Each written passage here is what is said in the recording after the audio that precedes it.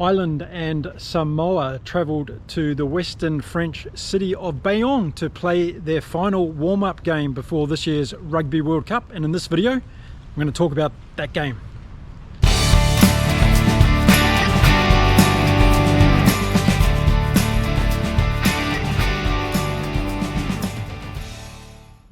Hello and welcome to Inside Rugby. My name is Mark. I'm a Kiwi rugby fan who lives here in beautiful Mexico, although we've got a hurricane on our doorstep at the moment, so it's not too beautiful these days. Now, I'm a statistics guy and I've been checking out all of my statistics on YouTube, and nearly 90% of you that watch my videos haven't subscribed to my channel yet.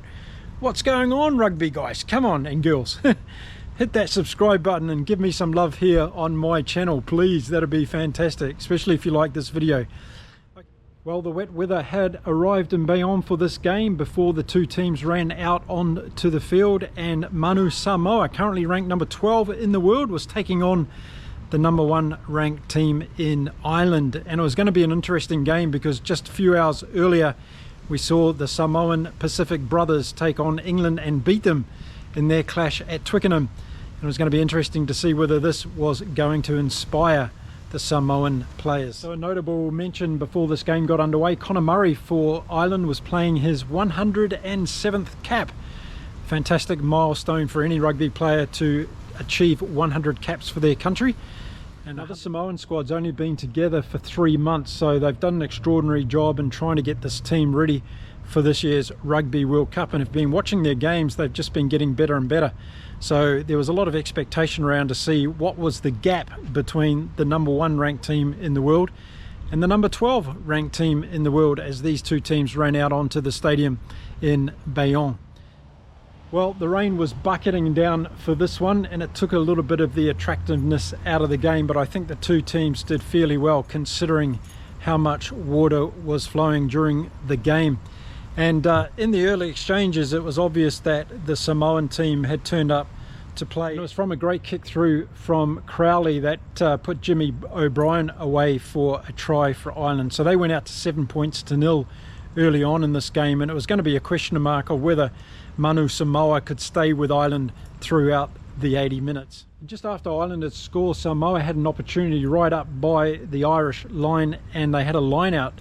And if they won the line out, they could have gone close to scoring, but they completely botched it up, and Ireland ended up getting the ball. And often this is what makes the difference between the top tier teams and the second tier teams, is that just that execution, that 1% difference can really make a difference in a game. And if you actually look across a whole 80 minutes of a game between nations like these two, you'll see that the execution of the top teams is a little bit better across all the different phases of play, and that tends to make a lot of difference across 80 minutes. So we saw that from Samoa. They dropped a few balls.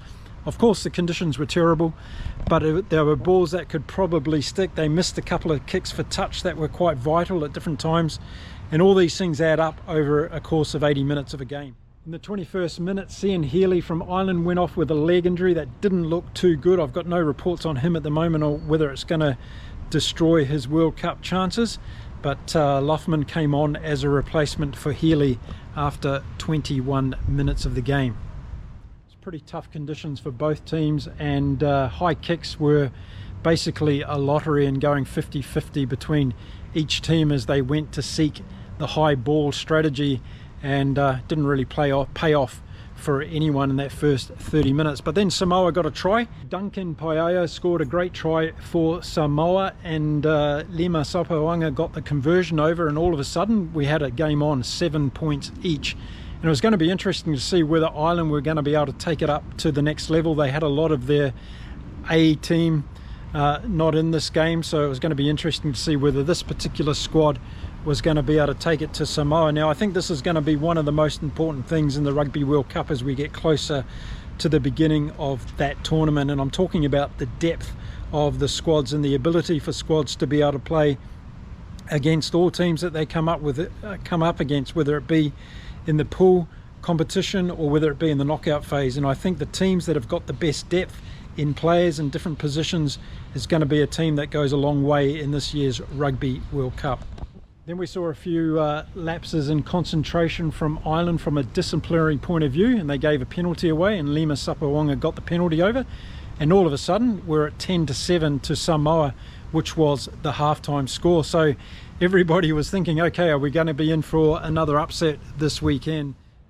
Second half got underway and Samoa came out fully revitalized, full of energy, and really taking it to Ireland in those first few minutes of the second half. In fact, they were very, very good in the beginning of the second half. I thought Samoa came out hitting the ground running, really having an intent on where they were going to go, and they had a lot of unity in their team as well, particularly around the pack, which I think is going to be a good thing for them in this tournament. One of the things that I didn't like about Lima Sapawanga when he played for the All Blacks was his level of fitness and accuracy, and we saw in this game a couple of things if you watched him closely throughout the game. He seems to put on a lot of weight, I'll have to say that much, but he also seems to be just not executing absolutely when he needs to. He missed a couple of kicks for touch during critical times of this game, and it put Ireland in a bit of an ascendancy role versus having Samoa on the attack. And it's those little fine details, particularly when you're playing at number 10, that make a big difference in a game. And that's one of the things that Sapawanga has always been famous for, is just that lack of really top end execution. But it was in the 50th minute mark of this game that everything changed, and that's when Ireland moved their bench around a bit and got some of their players on. Rob Herring came on first of all, and also Ryan the lock, and those two players in particular made the difference in this game in the end. And it was around that time that we saw the Irish do a great blindside move that resulted in a Conor Murray try, and before we knew it we had a 1-point game. Samoa 13, Ireland 12, and we all knew that it was game on from here.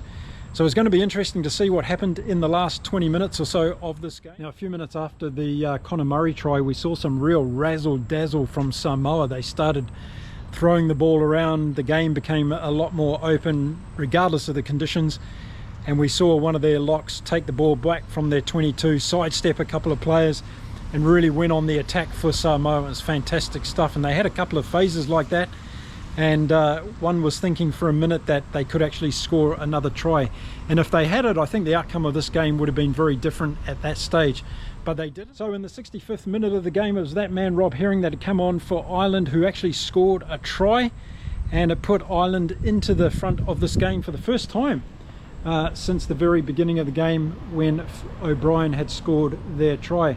So Ireland back in the front. It was 17 points to 13, and the last 15 minutes of the game was going to be very, very exciting, because all we needed to have was a try from Samoa, and they could have taken this one. But since Ryan came on the field for Ireland, Ireland started getting a lot more ball. They were more effective at the breakdown, and him and Herring really made a big difference to this Irish side when they came on the field. Ross Byrne also came on and made a big difference, I think, in just terms of game management and helping Ireland get around that field a bit more. But what really changed in this game was between the 60th and 70th minute, Ireland got 92% of the possession in those 10 minutes of play, and it really snuffed out any opportunity that Samoa was going to have, I thought, of getting a win in this particular game. Samoa just couldn't get their hands on the ball, and Ireland were recycling the ball phase after phase. They were spending a lot of time down in the Samoan 22 and putting a lot of pressure on the Samoan team. And it wasn't that Samoa didn't have their chances in that last few minutes of the game. Sapawanga, as I was mentioning before, he had a penalty kick opportunity to put the ball in touch near the Irish line for Samoa to set up a potential line out and rolling maul. He missed the kick for touch, and Ireland got the ball and returned it with interest. So that's what I was talking about. The 1%ers in these games make all of the difference, and sometimes we see the teams making these 1% decisions and they come out and they actually win the game, and other times, like Samoa experienced yesterday, was they weren't able to capitalize on those 1%ers, and they're going to be all the difference that we see in this year's Rugby World Cup. So there we go, 17 points to 13 to Ireland over Samoa, 3 tries to 1. Tries for Ireland coming from O'Brien, Murray and Herring, and Crowley was successful with his boot. Duncan Paea getting the single try for Samoa in this game, and a couple of penalties to Lima Samawanga, and he also got a conversion in this game. So a close one, but I don't think this is going to give us any indication towards how Ireland are going to go in the Rugby World Cup. I think they're going to regroup. They've got their A team, or more or less, to come back in to play in their first game, and Samoa will be looking for a improved performance as they go into their group as well, which consists of England. So there we go, a pretty scrappy game, in fact, because of the conditions there in Bayonne yesterday in France. Ireland too good for Samoa on this occasion, and now we can all get excited about the next 2 weeks and heading into the Rugby World Cup. Now you're going to be able to get all that action here on my channel at Inside Rugby, so why don't you hit the subscribe button right now, give this video a thumbs up, share it with your mates and all the rest of it. Tell them about the Kiwi guy that's in Cancun, Mexico, making rugby videos all the way throughout the Rugby World Cup. I've got a couple more warm-up games to do reviews on, and then I'm going to be looking at the Rugby World Cup, looking at each of the pool groups and seeing who I think are going to be fancied teams to get through to the knockout stage. And then I might even take a couple of looks at who's going to win the Rugby World Cup this year as well. So that's all coming up in the next couple of weeks. Stay with me here on Inside Rugby. Until then, stay safe, stay well, and remember, enjoy your rugby. Bye for now.